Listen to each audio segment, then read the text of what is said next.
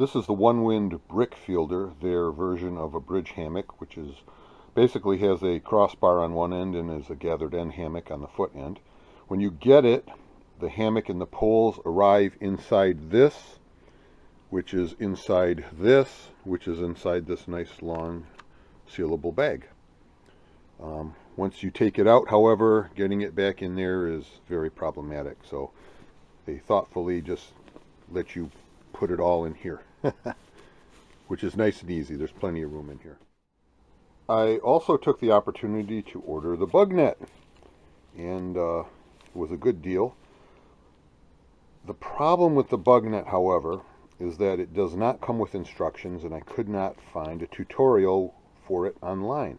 So while it's triangular in shape and it's easy to figure out which is the head end and which is the foot end doesn't really have any snaps or attachments. So until I can figure out how it hooks up, or I find a tutorial or something on it, I'm going to recommend you not get this. Hopefully Onewind comes up with a tutorial soon, and then we can all rest easy and sleep without bug interference. So when you get it, you will get these hugger type straps that will come in a separate bag.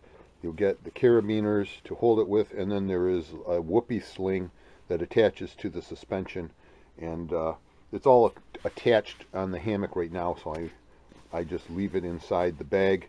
The poles are very similar to the Skylight, 3 pieces held together by shock cord, and they just fit together real easily like that.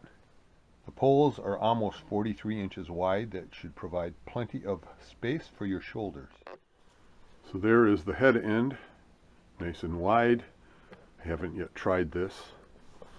Here is the foot end, and it's basically just a gathered end, and then the sling runs up there. If I have this whoopie sling attached wrong or backwards, somebody let me know, please. But it works like this, so I don't know if it is or not. As you can see, the hammock rolls up into a nice tight little bundle. The spreader bar fits in there, and so does the hugger straps.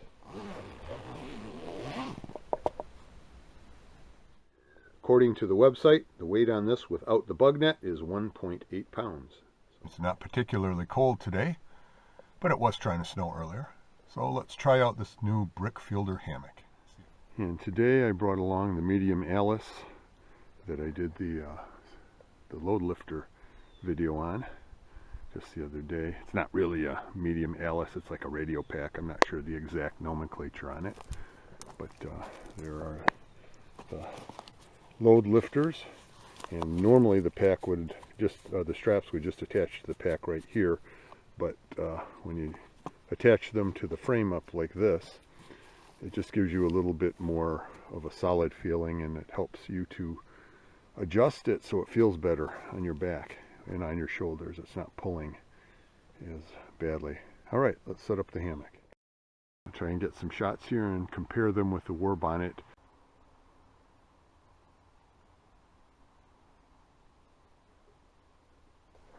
And there we can see the gathered end closest to us, and then the crossbar. So I guess we would call this, what, a semi-bridge hammock. And I've already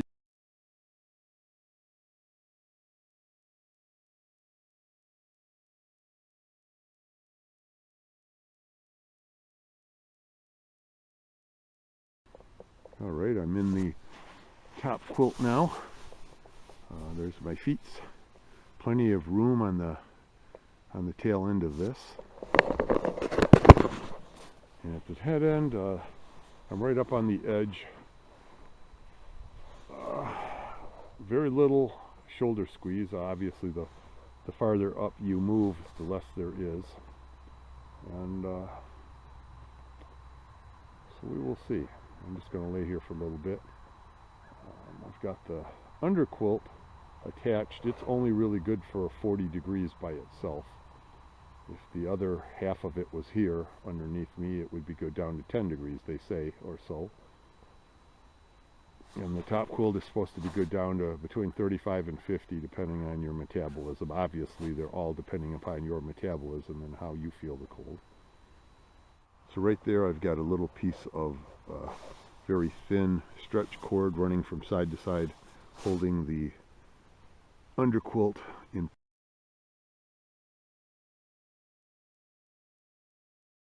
I keep sliding down into the center part of the hammock, so on an overnighter that could be a problem. You start getting more shoulder squeeze that way, and of course the hyperextension of your knees. Put a pillow or something under there and it shouldn't be too bad. That should help, but just something else to consider with this hammock.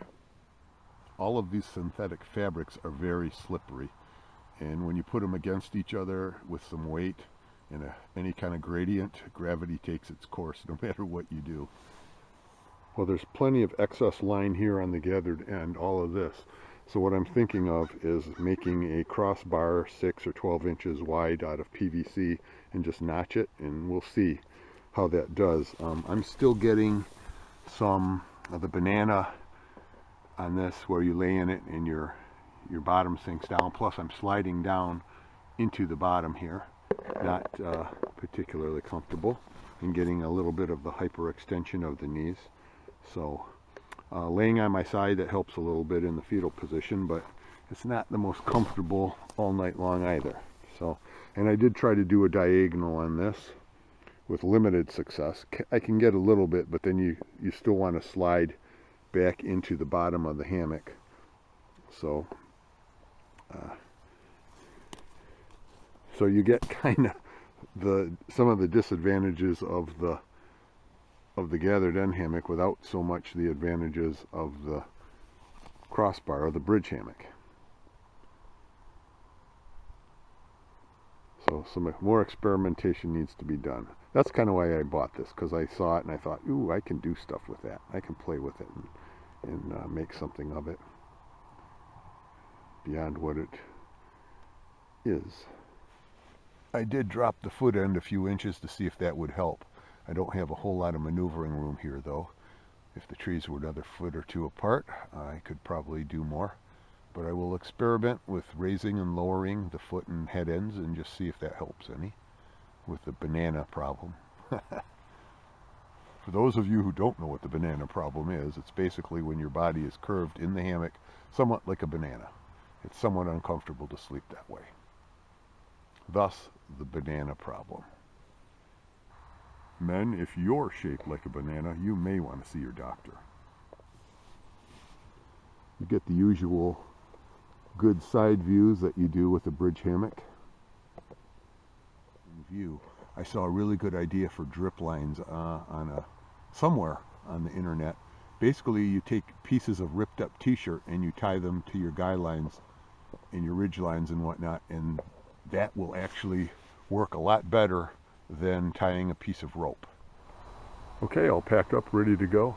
I think the setup as I had it, I would have been a little bit chilly. Everything was rated to the 35 degrees and up, so it's colder than that, or at 35 degrees anyways. As they say, take nothing but pictures, leave nothing but tracks, and maybe some urea. All right, I'll see you next time.